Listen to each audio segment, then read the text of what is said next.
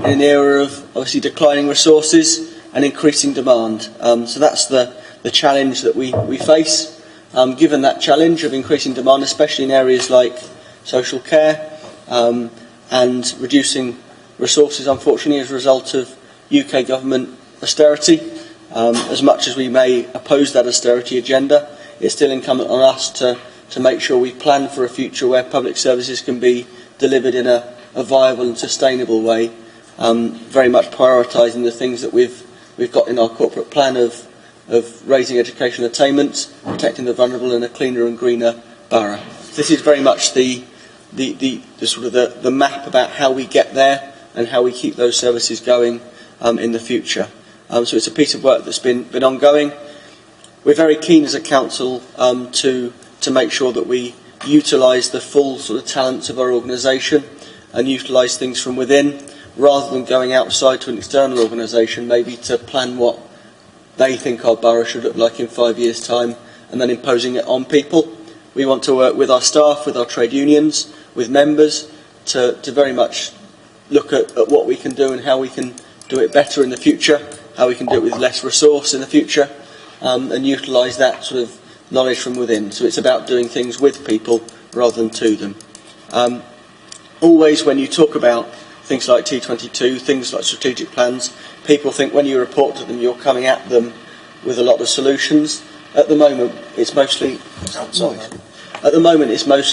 a plan about sort of the questions we need to ask and the direction we want to follow, so that we can get the benefit of people's input before coming back with more concrete plans. But I'll hand over to Ed now, who's very much been, along with the Chief Executive, spearheading this work and working at it across the different departments.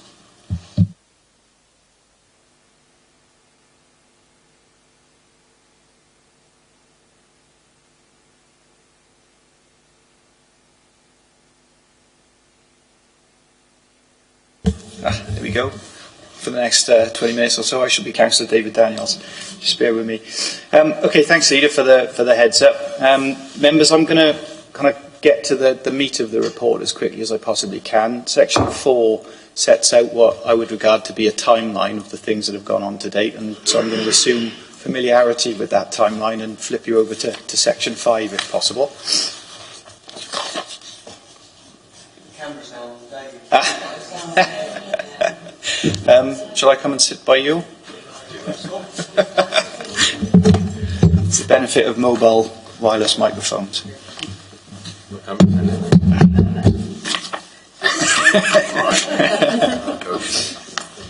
Okay. So over the page on Section 5, the report, which is really set up as a progress report for you as members, and the first of what I hope will become quarterly updates, starts by looking at some of the kind of assurance aspects of the programme, specifically the governance arrangements that we've put in place. These are naturally very important because it should give you as members confidence that we are in a position to deliver this programme. You'll see a range of familiar committees and individuals on that particular diagram, which demonstrates what I would hope you'd agree is quite a comprehensive set of briefing and decision-making arrangements. Myself briefing you as SRO, as Cabinet on a quarterly basis. This is, as I've mentioned, the first of those sessions, and essentially other aspects of this will fall into scrutiny's lap. Will also be looked at full council in terms of agreeing the budget and the component parts and what have you. But we'll also be briefing both the leader, you as PDF, and through member seminars, backbench members as well. Because there's a lot of stuff wrapped up in this. There's a lot of things that we need to make sure you're familiar with and comfortable with, and that really starts with these kind of sessions, drawing all this stuff together in one place. In terms of the arrangements that are before you, Alison is the accountable programme sponsor and has the responsibility of leading the business change and providing that top-level endorsement of what we're trying to do. Leadership team support Alison in that goal, and really their role is around championing the change back at the service area. I have the senior responsible owner role within this, which is really around executive responsibility for getting on with everything that has been agreed within the programme. And then we've also got a programme board sat, plus a range of other groups that are all contributing. So there's quite a lot of governance wrapped up in this. Also worth mentioning that for every project that is now in the T22 programme, we have a wellbeing assessment and a project brief on record. So the programme board sit on top of that. They ensure that every time an idea comes forward, it doesn't get started until we've got a brief that sets out what we want to do and the wellbeing assessment undertaken as well. And some of that is appended at the back of the report for you. Over the page onto 5.2, T22 design principles. These were essentially defined during our discovery phase discussions with leadership team back in April and May last year. They're incredibly important because they do provide the framework for change. Now, I'm going to run through these, probably in a way that I won't the rest of the report, because I think it is worth just highlighting what we mean by them. The first is around everything we do from here on in being a contribution to the T22 programme. So whether that's a savings proposal, whether it's a change initiative, it will all, in one way, shape or form, contribute to our ability to meet that financial gap and build the kind of organisation that we want to be in 2022. Next point there again, everything that we do is a whole organisation challenge and something that we need to address collectively. It would be foolish if we had different parts of the organisation delivering different change programmes that actually took us in different directions. So this is the vehicle through which we can coordinate the change efforts and make sure we stand the best chance of success. There's reference in there to you as members jointly owning our plans. Very important that we're all speaking the same language and we're all comfortable with what we're trying to deliver here. I think the last one I will reference within this particular section is around the internal capacity that we need to identify and release. There's a section I'll come on to in the report that talks about pace and scale. And for us to be able to do that, we have got to release some talented officers from within the organisation to progress this. But naturally that comes with a balance in terms of how the day job is then progressed as well. I think the reference to externally commissioning help, the leader mentioned earlier our preference to rely on internal resources wherever we can. I think we also need to be bold enough wherever it's required to supplement. And that's the key word in this, is supplement that internal capacity, because we have the capability internally to deliver this and do this in-house. Sometimes when we want to do things at pace and scale, we have to add some capacity into that, and naturally the best way to go in some of those circumstances is to bring in that expertise from outside, but it is only on the basis of supplementary as and when. So these principles I think are really key. They form the basis of the overall programme, and building on the assurance that we've already talked about should give members confidence. In terms of the T22 objectives, again, there aren't many of them, but they're fundamental really in terms of, this is about building on the design principles, it's about providing a focus for all of our collective efforts. I'm not going to dwell on these particular bullet points, you all have read through them, but there's some key words and phrases that kind of surface and jump off the page. Those are around stronger relationships, they're around resilience and efficiency, taking the digital opportunities that present themselves, making sure within the organisation and within our communities we're equipped to use digital services, we have the necessary skills and capabilities to service those requirements. There's a lot wrapped up in this around managing demand better, particularly the notion of early intervention and prevention. We've been clear all the way through that we're a great organisation and we want to make sure the great stuff we do currently is taken forward into the organisation we become. So this isn't a case of throwing the baby out with the bathwater, starting again. It's being clear on what we do really well and using that as a foundation. And also this is a balance really between sometimes short-term financial challenges like setting a budget every year and making decisions that are in the best interests of our communities in the longer term. So those are the objectives as they currently stand, and as you say, build on the sections that have gone before. In terms of the programme structure, there are 5 what I would class as big ticket items currently. There's some supporting stuff going on, but in terms of the way we've organised the programme, these are the things that are the things the spotlight should be on. Really. The first of those, and what I still believe to be the most important piece, is that of building a new identity for the organisation. This is something that Alison and Anthony are working with you all on at the moment. You know, it is about giving some clarity on the kind of council we want to be in 2022. And some of the work that you're doing currently in terms of your values and beliefs and the narrative and stories that you want the organisation to be built upon form the foundation for that. Sessions early in January with Cabinet already done. Session next week with leadership team will effectively replay the session that Cabinet did early in January, and then we'll get together as a collective and work through our shared values and beliefs. That really forms a basis then for, you know, the kind of organisation that we're going to become. There is much more work to do in that particular programme, but without that end goal, without that destination, the rest of it is really a list of projects. And we don't want this to be a list of projects, we want it to be something that builds something new. So the next programme that we've got within the structure is managing better use of resources. I think that's managing, or better using our resources. I'll rename that on the fly. I know, all right, yes. Making better use of resources, yes. Thank you, Councillor Yole. Nigel Aurelius is accountable for this particular programme. Naturally, it's his part of the organisation. And really this is about heading towards becoming ruthlessly efficient and reducing our operating costs as a result. I've given you a flavour of some of the projects that sit in that programme. There are 10 altogether at the moment, and they are all geared around releasing cashable savings over the foreseeable future. It's conceivable that some of this stuff is perhaps, I'm going to use the word, easier to deliver upon in the short term than some of the other things I'll come on to, particularly around demand management. There's a tail to that. It's going to take us a couple of years to start to make inroads, whereas the better use of resources piece is more in our gift in the short term. The third programme then is around customer and digital, and this really has two aspects to it from my perspective. How can we become a provider of high quality digital services, but also how can we develop a high trust relationship with our residents? You know, it's currently focused, this programme's currently focused on really putting the infrastructure in place. There's no financial targets attached to this in 18-19. It's really about the kind of organisation we want to become, the relationship we want to have with our customers, and how that might develop. But before we start to chart the specific projects that might exist here, there's a lot of infrastructure work designed to really give us the foundations to build whatever it is we want.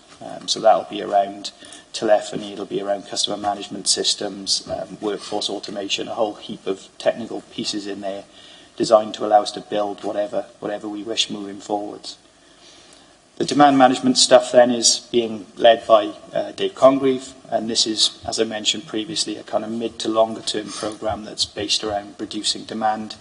Some of the projects in here you will have received previously at Cabinet, and it really is about kind of trying to offset the cash reducing part of the equation with the reducing demand piece. They're both in there on a kind of seesaw.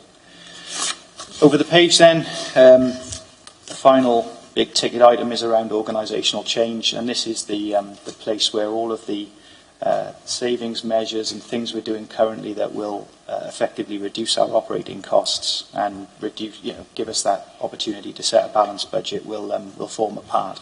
So it helps everyone understand T22 as being the whole of the issue rather than this part and then the savings are being done over there. It's kind of in one place and being managed through one framework. Some of the things on that organisational change list, and indeed some of the resources projects, will be looked at by scrutiny at the end of January, and then obviously those will make their way through to you guys Cabinet on the 13th of February as part of the budget proposals.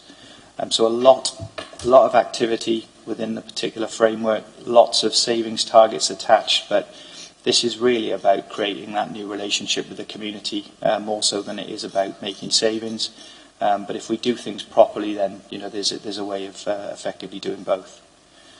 Programme launch events, which members will have been invited to in some cases and aware of in others.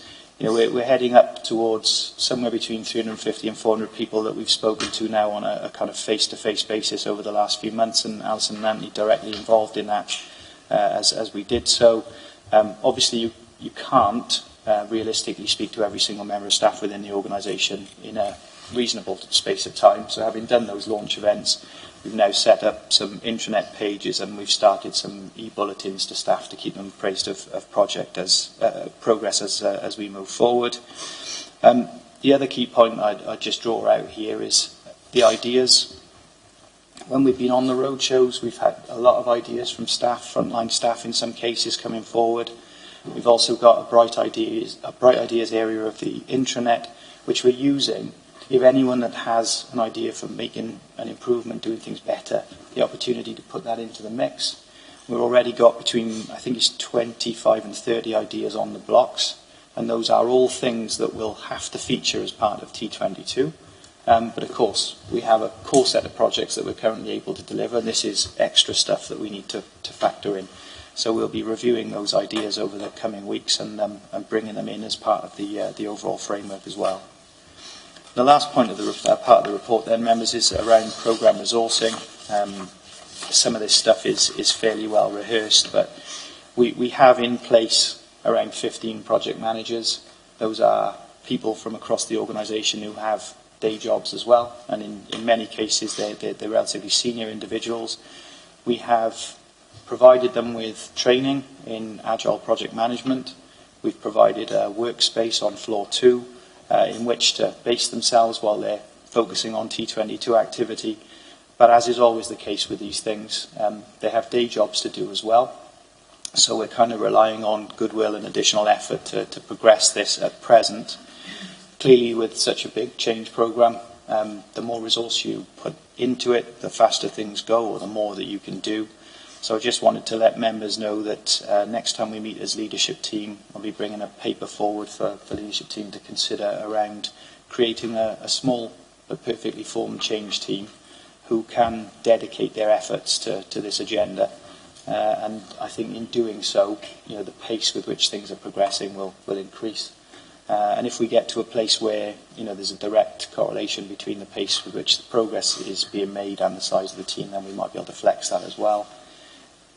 Because of the situation we're in at the moment, our kind of early focus is to make that team staffed with already salaried members of staff. So we'll be looking to use secondments and other vehicles in the early stages, but there may be a requirement to top that up in some cases. So I'm hoping that although we feel like we've made good progress in getting T22 to implementation phase, the proof now is going to be in how quickly we can deliver the projects on the blocks, and we need to bolster what we've got to be able to deliver that. So that's a kind of whistle-stop tour of what we've done over the last kind of 8-9 months in particular. And really I'll just take any questions from members, but before handing over to you, I'll just reiterate, if you're comfortable, I'd like to come back and brief you on progress on a kind of quarterly basis from here on in as well. Okay, thank you. That's great, thank you, Ed. Any questions or comments from members of Cabinet at this point? Richard? It's very interesting to hear the capacity and the pace issues. Politically, I think this is a pace issue for us, and it's certainly, since I've been on the council, one of the pacier, if there's such a word, projects we've been involved in. At times, perhaps we could have pushed that a little bit more, but certainly it's something that, certainly as a cabinet, we've gone forward with at a quicker pace than we've done on previous issues. Very interested to hear you talk about the 15 people coming together to push this. I think in many respects they're going to be the workhorse for this. I know it's a whole council approach, but these people are going to be the workhorse. And concerns too strong, because especially given the remarks you made at the tail end of your presentation, it's almost, I know you've got the 15 in place, but the team you're talking about, it would be nice to see that in place sooner than later, because if we get to the stage where we need that team in place, then if there are HR issues, finance issues, etc., you've got a lag in the system there. And now, I could completely be speaking out of my hat because I've not seen the presentation you're doing to Green Team, and you've already got the 15 people in place. But I think if you're talking of pace, I would like to hear your reassurances that we can switch that that workhorse then, for again, want for a better expression, into gear already. And I'm sure you're going to reassure me of that.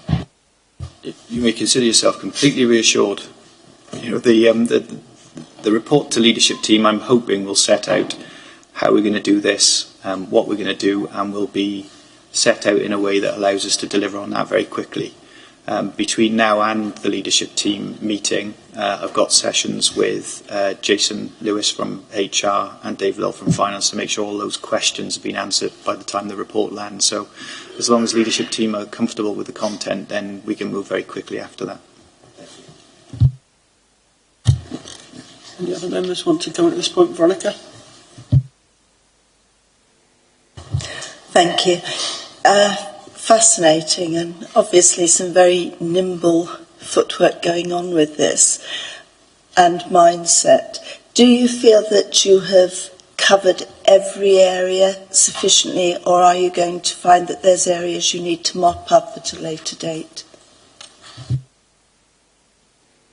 Sorry, Councillor Crick, can I just be clear on, by area, do you mean service area or? Service areas as you're going through them, and presumably each team member has an allocation of responsibilities. Do you feel that that's evenly balanced?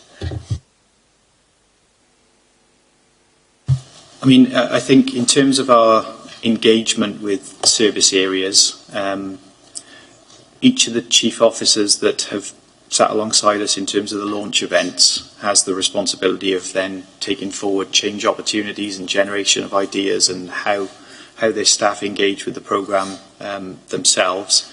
If I'm being honest about whether I think we could do more of that to make sure that more of the service areas and to more of a depth are engaged in this, and yes, I think we probably could. We've also got the issue of public engagement that we need to explore, because so far we've helped the organisation understand this, but I don't think we've yet taken a step outside. So that's on the blocks with our communication staff. And I think the last programme board that we had a fairly detailed and robust discussion about how the role of that programme board was going to become increasingly critical in making sure the rest of the organisation were engaged and charged with delivering things. We've not concluded those conversations yet, but in response to your question, as is always the case, you can always do more. And I suppose our goal from here on in, when we move into implementation, is ensuring that everyone within the organisation understands and has the opportunity to contribute. So yeah, I think it's a balanced answer. We've done as much as we think was possible, and as is always the case, there's always more to do, and we'll commit to get on with that. Any other comments or questions? Yeah. David? Carrying on from the previous question, I would imagine that some of the grey areas that we're looking at now could very well be lightened and brightened by the use of external forces as and when necessary, as you mentioned at the start of your presentation. I hope that the use of outside help is going to be a planned situation rather than by default go there because we've got nothing else to contribute. There will be an organised way of looking for and utilising external help. And how does that fit into a budgetary pressure? Because outside agencies, outside help doesn't just bring up a no cost or low cost. So presumably there is a planned way of looking at this, and that includes accommodating that kind of activity within the budget going forward as well. Yeah, I mean, I think every project, as it starts to be fleshed out from the kind of original project brief, which is what we're going to do and when we anticipate the change to be introduced, as we develop that in project plan terms and resourcing terms, each of those things will be considered on an individual basis. We're conscious of the budget situation. We're conscious that when we do need to engage external help, it's always good if that help can be engaged on the basis of it saving us more money than we're spending on it. I think that's a principle that's riven through this. But the concept of this being the organising framework and the programme board having that kind of that ability to coordinate better the change activity, it gives us the opportunity to make sure that that's the case. There certainly won't be any frivolous spend on external help at all. Good. Great. Anyone else before I come back in? Just some of the ideas that sprang to mind when Ed was talking before really is this. I think it's important. This is about ideas. It has to be about doing more with less, whether we like it or not. But it shouldn't just be about saving money. Our purpose as a council isn't to make savings, to make cuts. Our purpose is to run services with the resources that we've got. And I think there's an important distinction there. So I think it's important that we've said when we've gone round to staff, look, this isn't just about saving money. If you've got an idea that you think would cost a little bit of money, but would bring great benefits with it, proportionate to that money, then let's have that as part of the conversation. I think very much aligned with that is the idea of how we tap into the strength of our communities more efficiently. It comes back to this principle of doing things with people, not just to them, and how that there may be areas where a little bit of spend to help tap into that community strength could bring big benefits. I'd like to thank Ed for his report, and in addition to himself and Alison, I think we're lucky that we've got people like Dave Congreve and Nigel who have very different strengths to bring to this work. And I do recognise the pressure that puts on people like that between their day jobs and this more long-term work, especially in a time where over the last 6 years I think we've saved about 30% of costs on senior management. So I recognise that, and I give credit to the people who've gone above and beyond to help develop that. But I think you're right that we need to put this on a proper structure going forwards. To come back to this tension perhaps between the long term and the short term that's always existed in any business or public service. There's the pressure between the very short term demands that running any service puts on you and the need to think more long term. I think the work that we've done on early intervention and prevention and the work that we're trying to do very much in line with the principles of the Wellbeing of Future Generations Act is important as a sort of a golden thread running through this work, that we don't take short-term decisions that may look good to save money, that have big long-term consequences, and I'm very keen that we get on with that work.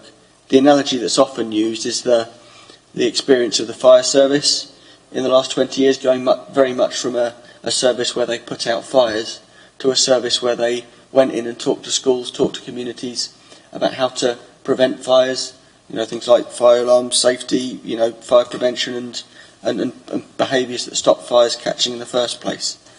I think our fire service colleagues said that when they first started doing that, people looked at them a bit funny and said, why aren't you spending the money on putting out fires? Our job isn't to go into schools and to go into community centres and to encourage people to get fire alarms. Our job is to put fires out. Well, it can't just be that, especially in an era where we have to prioritise. And there is a challenge, I think, here from us to politicians at a national level. They expect us to prioritise. The money that we're getting from the UK government is being cut, and that has consequences. They can't then say prioritise, but we're not going to accept static performance in any area, because that's not prioritisation. We've been very clear as a council what our priorities are in the corporate plan, about improving educational standards, about protecting the vulnerable, and about a cleaner and greener Torvine. We have to accept as members that if we're going to strive to increase performance in those areas, something has to give. So I think that's the challenge going forward. It's very much tied into this question of identity.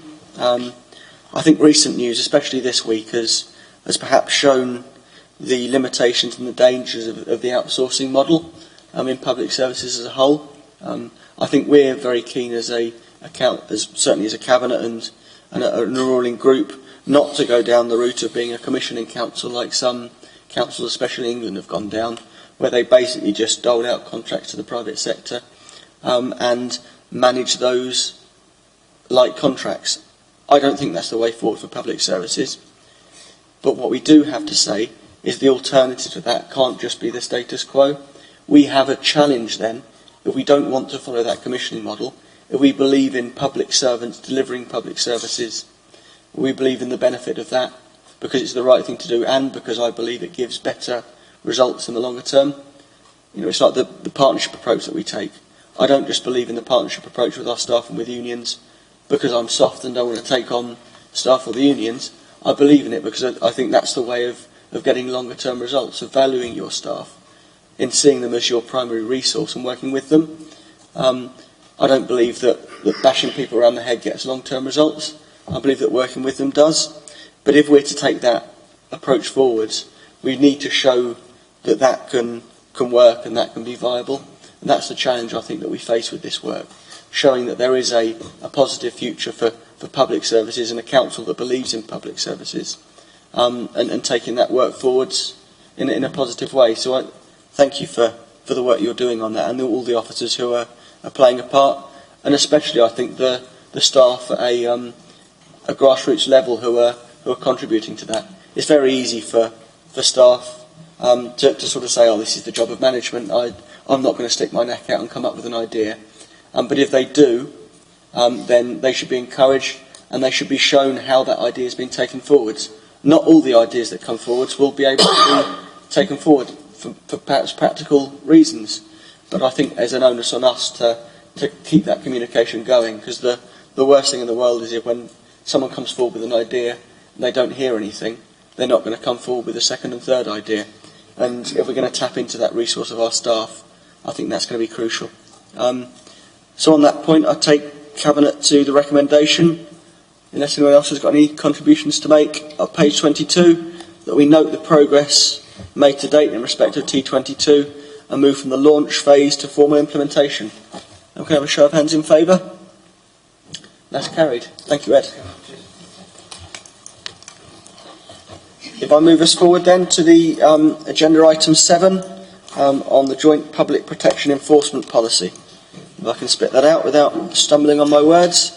I believe Fiona and Dave Thompson are going to take this one forward, so hand over to Fiona first. Thank you, Leader. So this is a joint public protection enforcement policy. We've been collaborating successfully with Blaenau Gwent in the delivery of public protection services since 2015, beginning with trading standards and licensing and continuing in autumn 2016 with environmental health services. A revised joint enforcement policy is necessary to reflect the collaboration and to ensure a consistent approach to enforcement between the two local authorities. The way in which we undertake enforcement function can have a significant impact on local businesses and residents, including prosecuting and or closing down premises in the worst cases. So it's vital that this policy is put into action. The policy lays out the general principles that our officers adhere to when considering and taking enforcement action. Our primary aim is to protect public health, legitimate businesses, the environment and groups such as consumers and workers. And the general presumption will be that we take a graduated approach to enforcement, ensuring compliance with the law, but that does depend on the nature of the offence, history of compliance and various other factors as outlined in the policy. So it does not preclude us from going straight into prosecution, for example, issuing fixed penalty notices where it is in the public interest to do so and where there is a need to demonstrate a deterrent effect. There has been a consultation, as outlined in the report, and colleagues should also be aware that licensing enforcement is also covered by the policy, and that element has been considered by the licensing committee and approval given. The policy was also approved and adopted by Blaenau Gwent Council on the 11th of January. So I commend the report and the revised policy and recommend that it's adopted by the authority accordingly. I pass on now to David. Thank you. Thank you, Councillor. Thank you, Leader. Well, I think Councillor Cross has largely covered the report, really. So, if I'll just pick a few points out of the report, which don't really repeat what's already been said, just really bringing members to paragraph 5.4 of the report. Actually, first of all, let's go to 5.3. The revised draft public protection enforcement policy is attached to Appendix 2. And as was stated earlier, it's, I just wanted to point out that our view really is to ensure that enforcement action is fair, accountable and consistent and proportionate and transparent. That isn't new. That's something that we as an authority have operated as most of the authorities have for many years. So the principles are unchanged in a way. The legislation we operate to has changed very little, although it does change, and obviously we get new pieces of legislation which we have either a statutory duty or a power to enforce. But just really to point out that our graduated approach to enforcement based on the history of compliance of the premises and our confidence in the management of the premises, for example, is largely unchanged there. In 5.5 we included Appendix 3 there, which is just to give some members a flavour for some data on how many enforcement actions and the type of enforcement actions that we actually take. I thought that might have been a question. And in 5.6, the policy outlines how the service will deal with non-compliance in relevant local authority premises as well. Because as a service, we do actually regulate areas of our own authority. And the best example I can think of is catering premises, where we may not have the power to take enforcement action, because as a local authority we can't take enforcement action against ourselves, but we do still regulate things like school catering premises, and so there are reporting principles in there also. Just on the consultation, the reason, obviously it's good practice to consult, but the Regulators Code under 6.1 in the report states that businesses should, and others should be consulted, and we have done that. And 6.2 shows how we consulted. I won't go through that. And the consultation responses were in many ways a little bit disappointing. We had a better response here in Torvine on the matter. We had a reasonably good response from other professional bodies like other heads of public protection in the Gwent area, but the public response was slightly disappointing, although we had responses here in Torvine, and those are outlined in the appendix. And really, as Councillor Cox has already said, it's already gone to licensing here, and it's been approved in Blaenau Gwent last Thursday. So thank you, Leader. I'll take any questions if there are. Any questions for Fiona or for Dave on this one? I think 5.3 explains it very well in terms of the aims of having a policy. Obviously, there's a separate question of how you get to enforcement action that's like that, but I think that 5.3 sums it up well, really, that we want the enforcement action that's fair, accountable, consistent, proportionate and transparent. With any enforcement, you're never going to get something that satisfies everyone, because either you'll have people who believe enforcement action should be taken and isn't, or you'll have people who are the subject of enforcement action who aren't exactly going to be overjoyed to be subject to that action. So I think that's important. Excuse me, because this is an important part of keeping our people safe and our area clean and tidy. So I welcome that. If there are no more questions, if we move to 12.1 on page 32, the recommendation is that Cabinet adopts the Public Protection Enforcement Policy as outlined in Appendix 2, and that the policy will then be formally reviewed every 5 years for approval by Cabinet or earlier if deemed necessary. So can I have a show of hands in favour? That's carried. Thank you very much. Thank you. So if we now move on to agenda item 8, which is the property maintenance frameworks. If I hand over to Fiona on this one. Thank you, Leader. The property maintenance frameworks, our property maintenance group maintain our property assets. This includes carrying out reactive and general repairs such as roof or electrical. They also complete small projects such as office accommodation, toilet refurbishments in schools, etc. To carry out these functions, we employ external contractors on a framework basis, enabling us to call those contractors as necessary. The previous framework was a collaboration venture between us, Monmouthshire and Gwent Police. This replacement framework sees Blaenau Gwent join us too. In seeking to procure this new framework, we considered how effective the previous framework was, and also the new options available to us via the National Procurement Service, and have amended this latest framework accordingly. So I'm pleased to highlight as well that within this framework we sought to encourage small and medium-sized enterprises to tender by making amendments to the lotting strategy and working with Business Wales to holding supplier workshops with SMEs. The results have been really good. We've had a good response from local SMEs, and the resultant costs, crucially, have no financial pressures on budgets. So I now pass on to Paul. Thank you.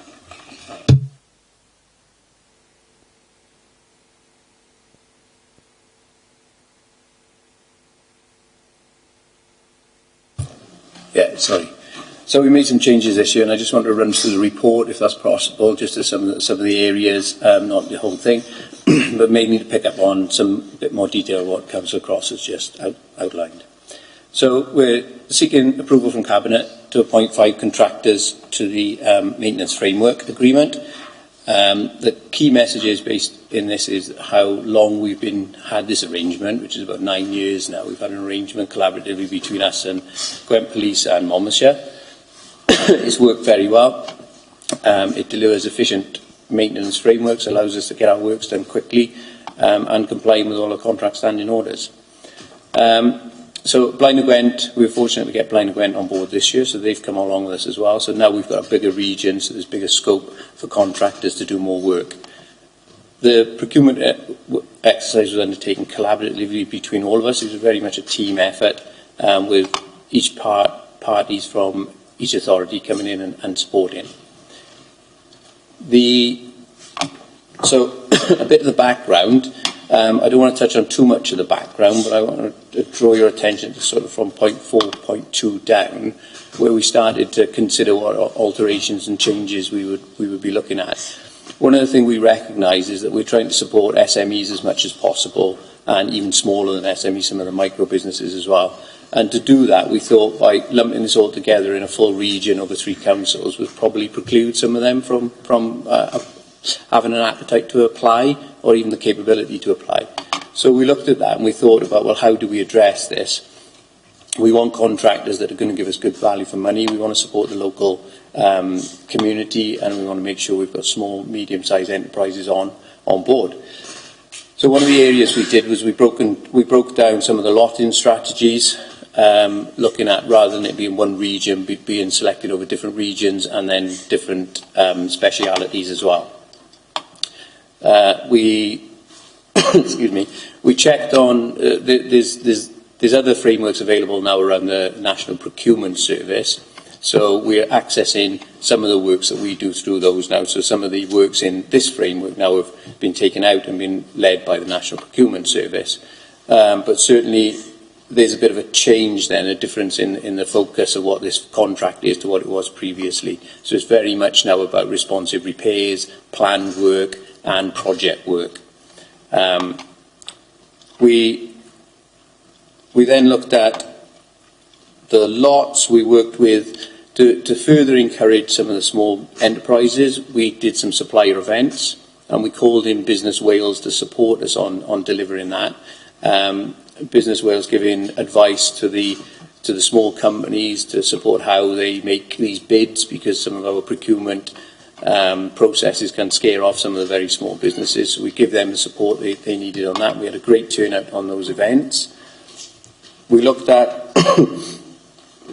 what sort of values we would be looking at on each framework, just to make sure that we weren't precluding any of our existing and local contractors to apply from this. That was another thing we were considering. Okay, so then to the bottom towards near where we're looking at issues and findings on section 5. We received 28 tenders. which we were really pleased about. That's more than we had in the previous ones before. And I've broken down in the report how they spell out across the 6 lots. We assessed it on a quality and cost basis. So we looked at 30% quality, because we had a good feel that a lot of the contractors that were going to be applying, we would either support them in developing themselves or make sure they had their correct competencies, and a 70% on cost. So cost was very big for us on this, because we're obviously supporting works around schools, around community halls, and all the other corporate estates, so we want to keep the costs as low as possible. And some of the results show that we've actually made quite a good saving on the rates that have come in now from these smaller companies than the larger ones we were using previously. So we looked at, based on our model, how we assessed, we were looking around the region of about 26% saving on the electrical lot alone. Now that sounds huge to me. So we'll keep an eye on that and see how we go on that one. And a 6% reduction on the building lot. So that's good news. That means the costs are going down. And we can deliver more work now for our budget.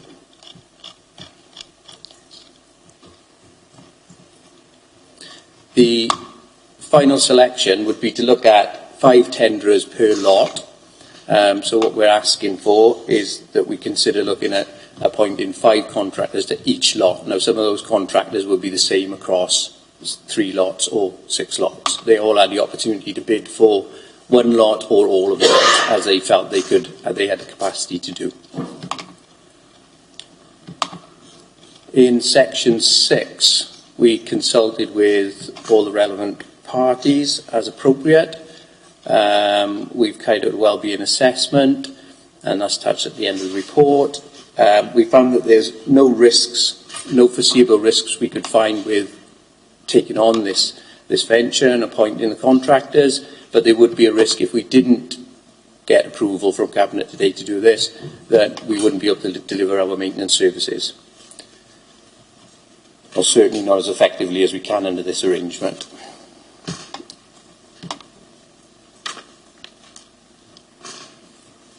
So, looking at the risks and the risk of non-award, we would ask that the Cabinet would look at, under paragraph 12, look at recommending award of the contract to the top 5 tenderers within each lot.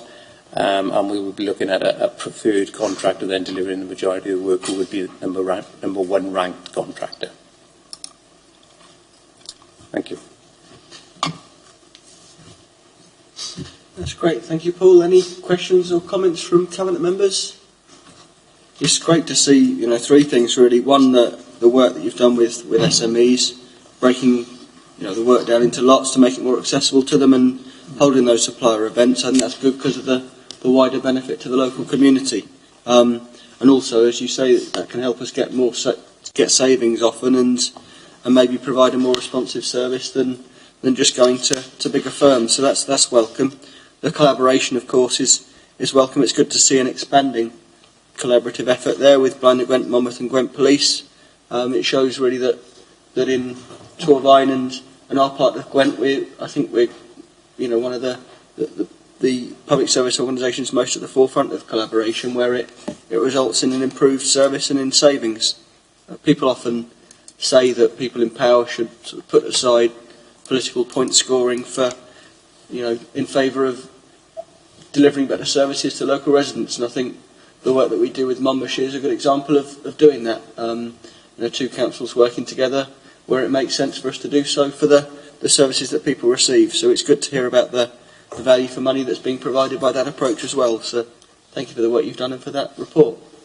If I can take Cabinet members to the recommendation then. Oh, yeah, can we come in there? Yeah.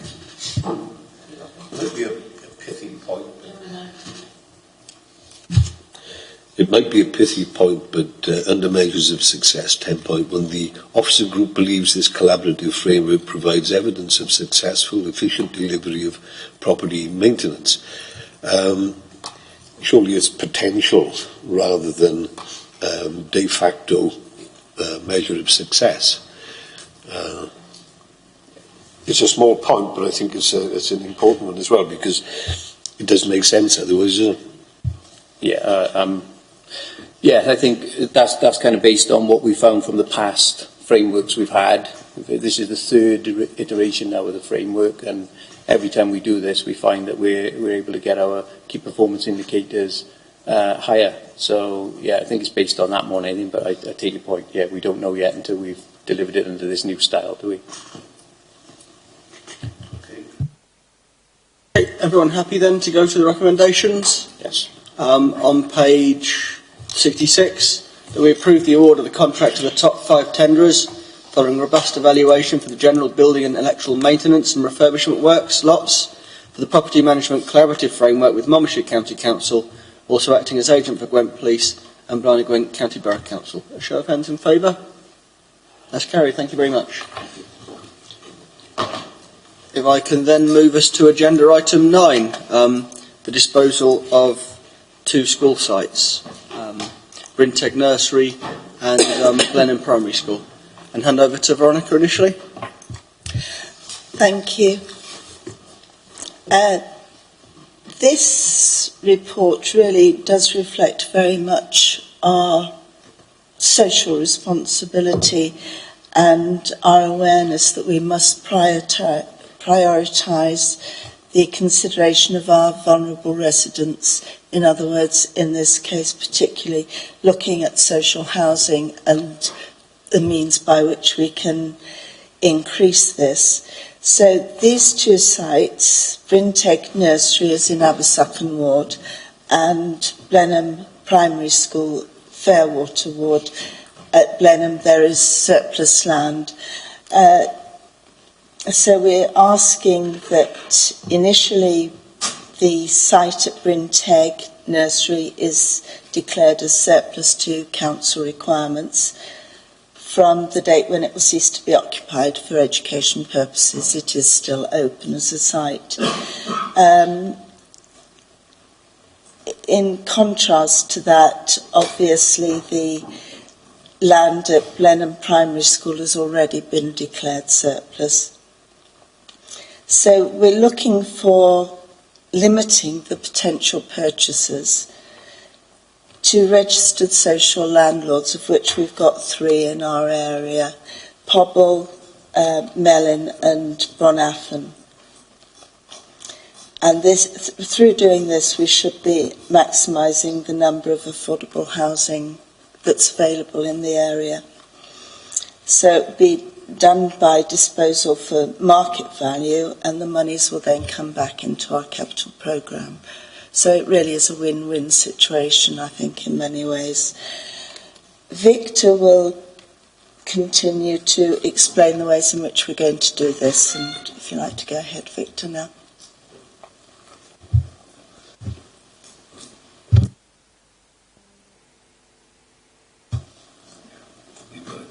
Okay, thank you.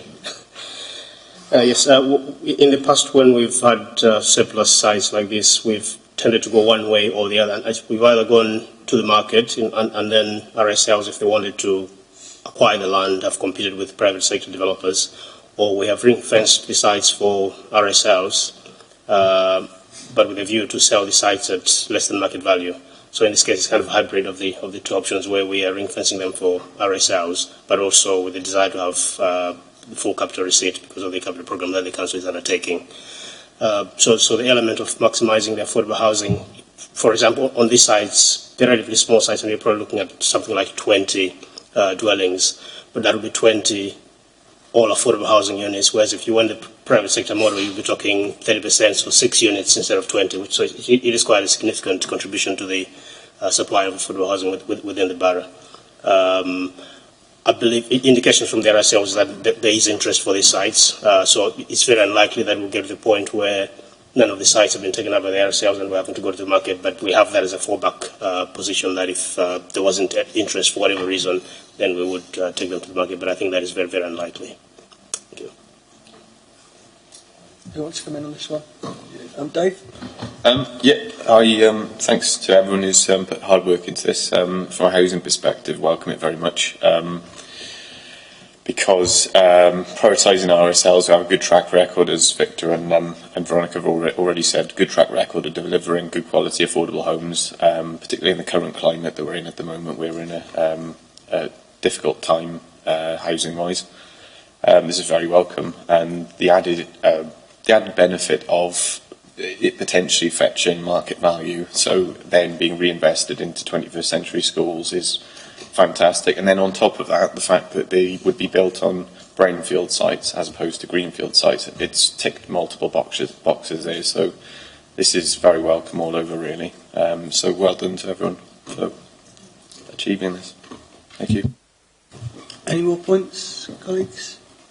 No, I very much agree with what Dave said there. The area affected section is welcome too. It's clearly spelt out the two sites that are affected by this, the Brinteg Nursery site and the Blenheim Primary School surplus site, and which wards they're in, which I think is important that we note to ourselves the process that needs to be gone through with the local members too in taking that forward. And the key message is, as Dave said, that the benefits of marketing these first to registered social landlords, and in a time when we need more social housing, is key.